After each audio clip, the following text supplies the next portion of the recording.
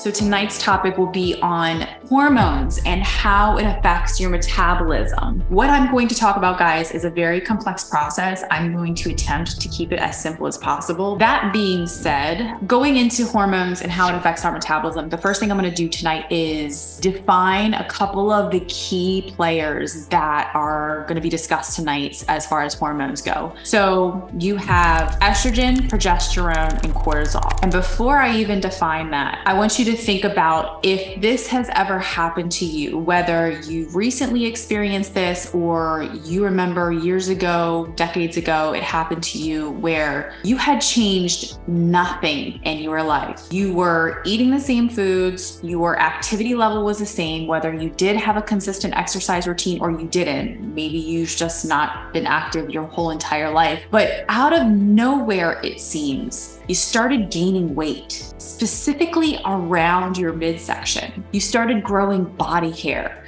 You started having like a 5 o'clock shadow on your mustache. Maybe your periods were irregular, maybe they were not. Does any of this ring a bell? Maybe your hair started falling out. These are some of the symptoms and processes that I'm gonna be walking you through tonight of why it's happening. The big one that I usually hear is when people come to me, they're like, I don't understand what's happening. I changed nothing at all. And it seems like overnight I gained 10 pounds and all 10 pounds was right to my midsection, like your stomach, your love handles, your hips, thighs, and your butt. That's like the whole entire middle section of your body. And there's a reason for that. And I'm going to describe that tonight and explain, walk you through what the process is happening within your own body. So back to the hormones that we are going to primarily discuss tonight. Estrogen and progesterone. These are the two key players of hormones that are produced primarily in your ovaries, and they help to regulate your metabolism by controlling insulin sensitivity and glucose metabolism. Now, these might sound familiar to you, or you may have heard insulin resistance before. Whether you've gone to the doctor and they've told you you're pre-diabetic, diabetic, or even if you have fatty liver, you're probably familiar at least with insulin resistance. And you can see how the hormone is already starting to be linked to weight loss, weight gain,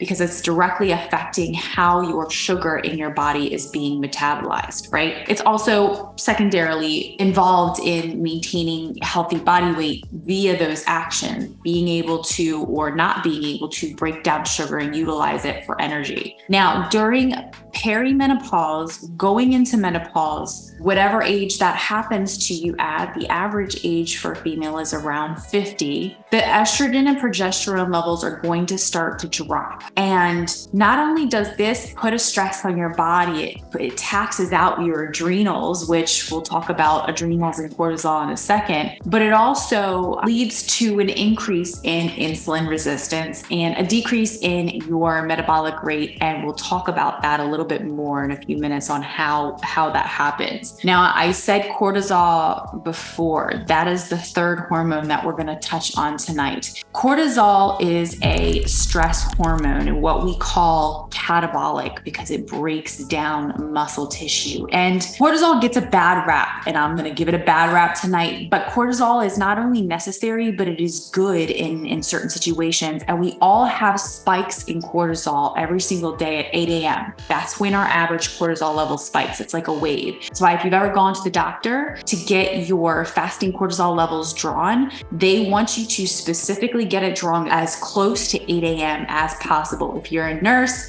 working on the unit, you know exactly what I'm talking about because that lab draw has to happen right at 8 o'clock or as close as possible. And it was always a pain in the butt because you just came on shift. You're trying to do all your meds and do all your assessments. And it's like right at the beginning of your shift and you have to get that cortisol draw, that lab draw out as close to 8 a.m. as possible because that's when our cortisol level spikes. It spikes. And what goes up must come down.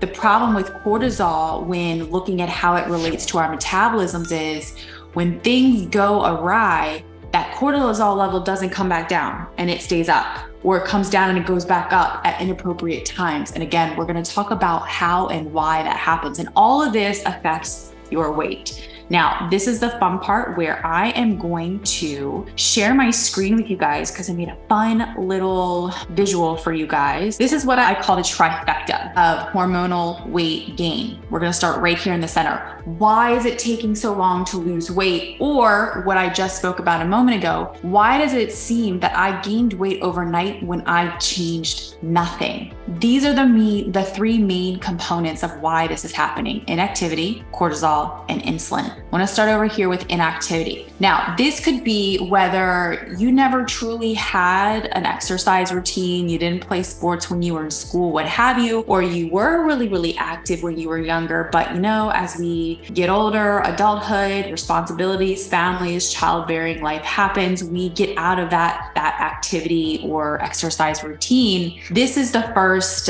strike against ourselves. The first thing that sets us up for failure, especially when it comes to hormonal imbalances. And these are a couple of the reasons why. Now, again, whether you were active before and you just aren't anymore, or it's been a lifelong thing of you being inactive, lack of activity is not healthy for our bodies. Our bodies were created to be in motion. And so when we are inactive, it does a lot of damage. One of the biggest concerns is muscle atrophy, which is just as important as osteoporosis going into menopause age. And osteoporosis is just the thinning of the bone tissue. So it's the same exact concept, but with your muscles. It's a thinning out or decrease of your muscle tissue. So the first thing you want to know is slower metabolism.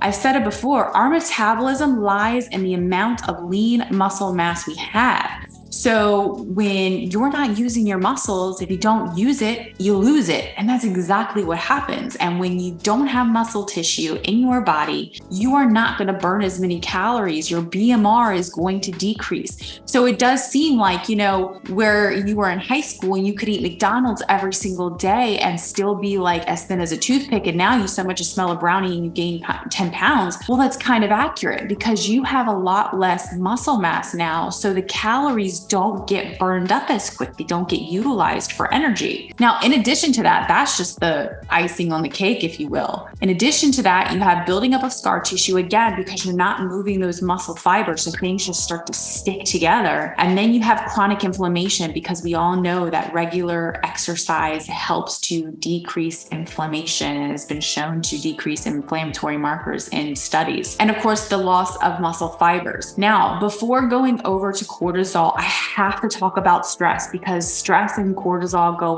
hand in hand. Stress is the precursor to inappropriate levels of cortisol. So what can add to your stress? You have terrible sleep hygiene, or you have a irregular sleep schedule, whether it's because you're a shift worker or you just don't have a good routine set up for yourself. Any sort of change in job or career, family or relationship stress, family planning, childbearing, menopause. Lack of exercise in itself is a stressor on your body.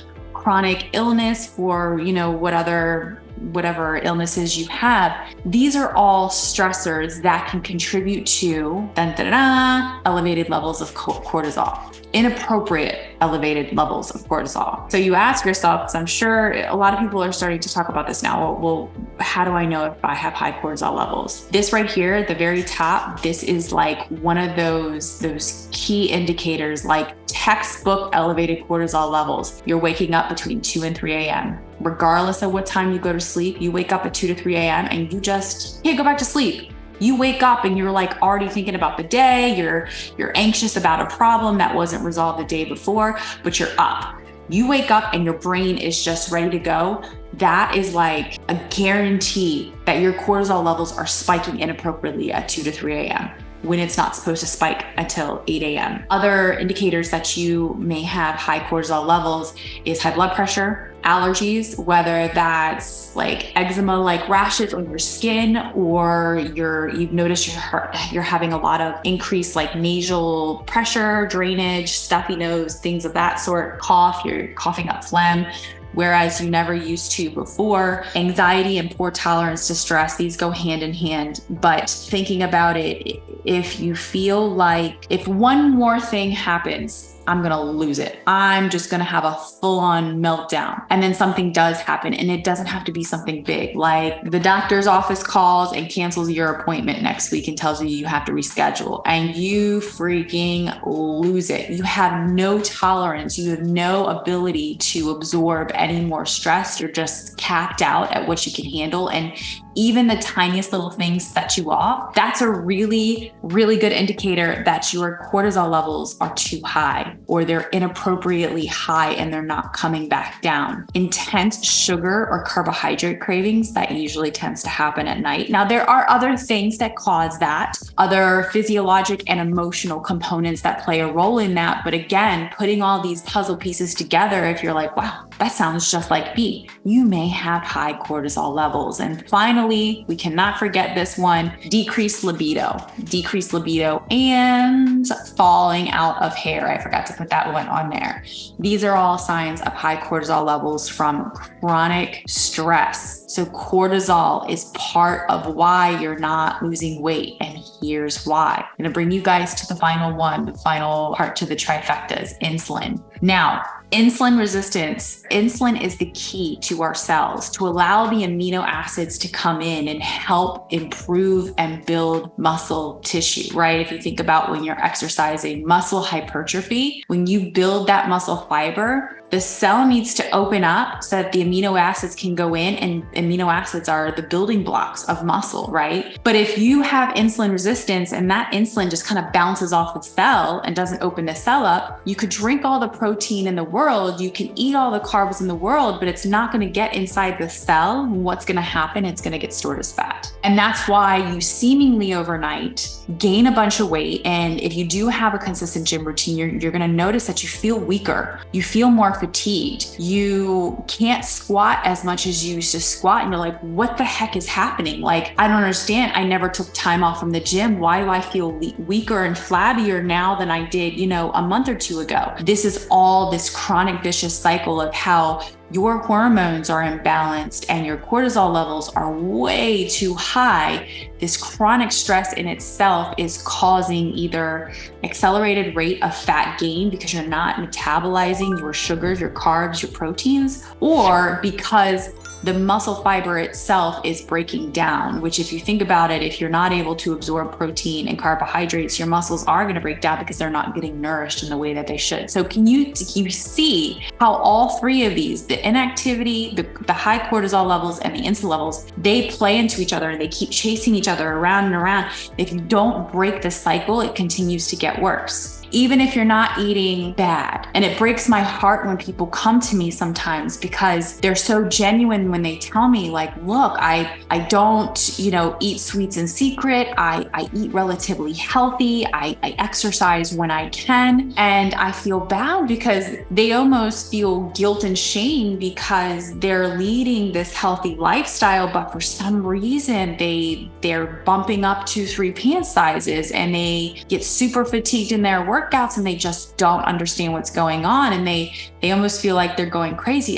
Guys, I can't tell you how many times I've heard this story or similar stories to this, and it's not your fault, but now you can kind of see the picture of what's happening inside of your bodies and why it's happening. Now, you're probably asking yourself the question, well, what do we do about it? It's a great question. One thing I do want to tell you is the simplest and the easiest thing you can start to do is fix your sleep routine. And by that, I mean, get a schedule. Go to bed at the same time every day. Wake up at the same time every day, even on the weekends. Maybe sleep in an extra hour on the weekends. It's not going to make or break a huge difference, but keep the same schedule. No blue lights an hour before bed. Read a good old-fashioned book. If you are going to have like an e-reader or something, put your blue light blockers on. Don't put your blue light blockers on and then go scroll social media. Social media keeps your brain moving. Don't do that. You need to bring your brain down. Slow the thought process so when you hit the pillow, you can fall asleep. I do have a resource that talks about these things, not just how to set up your bedtime routine, but how to wake up in the morning to optimize that cortisol level spike first thing in the morning so that it can slowly start to come down throughout the day. day. If you feel like I'm talking about you, you're like, how does she know my story? And she doesn't actually know my story. First of all, it's okay. I'm not judging you. I know you're not crazy. You probably didn't change your eating routine or habits, and you probably did gain weight, and that's not your fault. But there's a lot of things that you can do to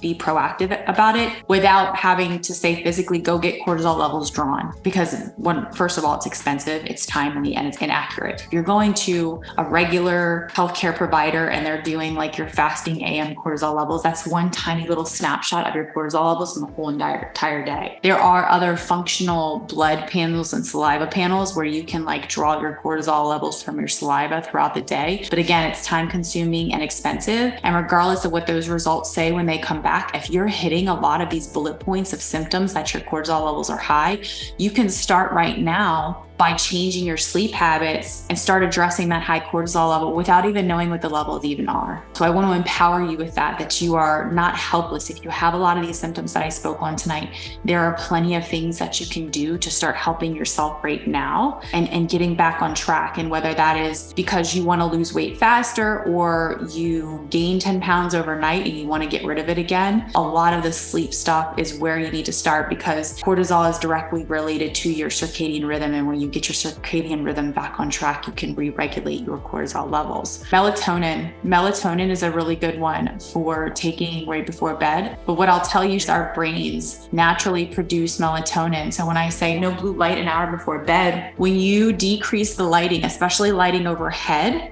your brain will automatically, when you don't have all of that overhead light coming through your eyes, your brain is going to sense that the sun is going down and that it's nighttime and that it's time to start getting ready for bed. So your brain will start automatically releasing melatonin, which is why blue screens, TV, phones, etc. are not good right before bed, because that blue light goes through your eyes.